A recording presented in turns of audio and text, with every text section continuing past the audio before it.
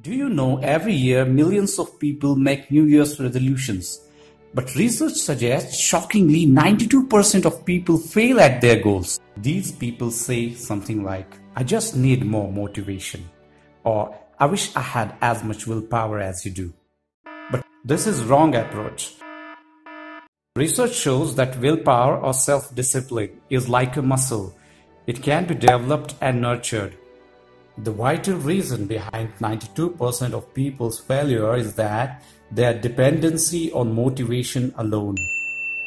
Because motivation is fleeting, unreliable, inconsistent, and importantly, it is based on emotion. And we know how fickle and unpredictable emotions can get. Your reasons for exercising, saving, or meditating may stay constant, but your desire or willingness to carry out the tasks you have set will waver one way or another. Let's check out a scenario where a motivation-based approach to self-improvement doesn't work. Jerry got up early in the morning, just feeling pumped up to hit the garden. This isn't his first attempt to develop an exercise routine, but he is feeling super motivated today. And perhaps this rush of enthusiasm can make the difference. Day 1 went well. His goal was to run for 30 minutes, but he went the extra mile. Days 2 to 11 were also identical to the first day. Jerry was overflowing with motivation and he surpassed his goals every time. He's already feeling stronger and fitter. But the 12th day came with an unpleasant surprise. He received an email from his boss rejecting his leave request.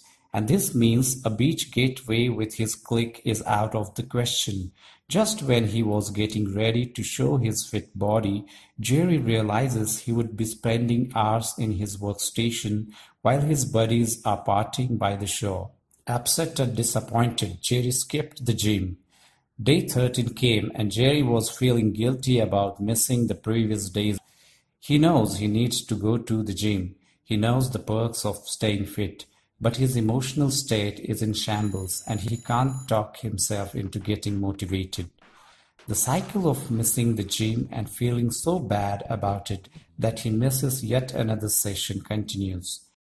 The enthusiasm and strong desire to exercise, which Jerry came to relish, ran out of a sudden. Without the feel-good emotions, exercising early in the morning doesn't sound appetizing. You have probably experienced the same dip in levels of motivation just when you are generating momentum. Why does this bizarre turn happen? Shouldn't accomplishing a day's task make us feel better and compelled to do more? The answer takes us back full circle to emotions and their nature.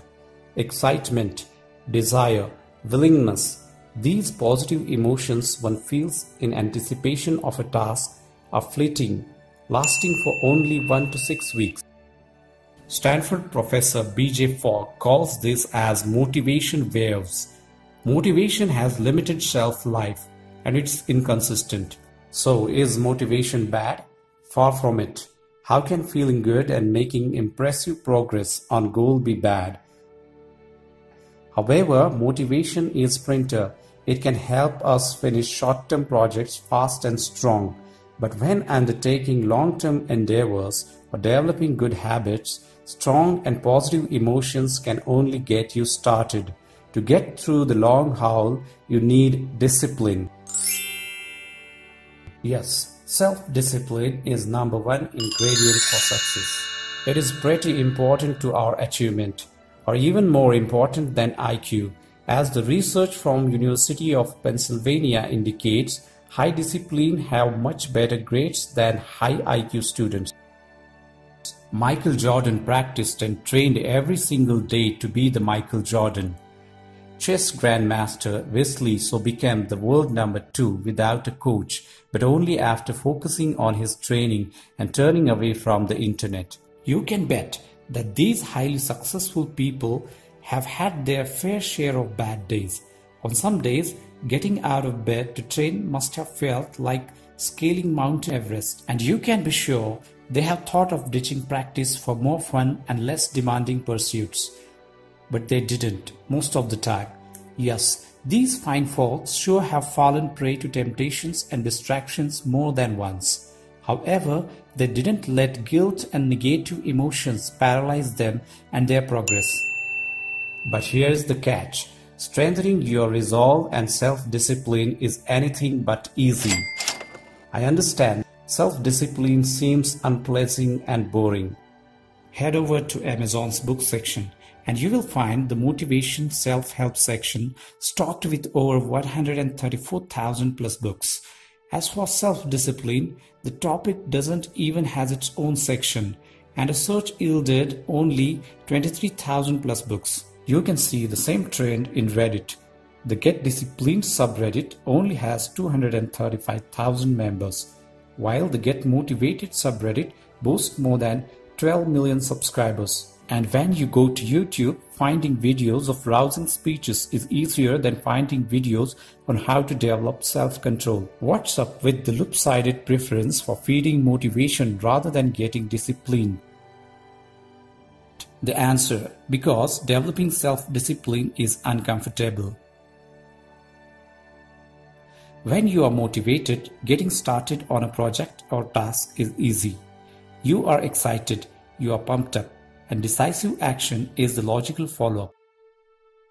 When strengthening self-discipline, however, you are not enthusiastic about a task. Maybe you feel neutral, but most of the time you would rather do something else, like watch TV, chat on Facebook, or play video games.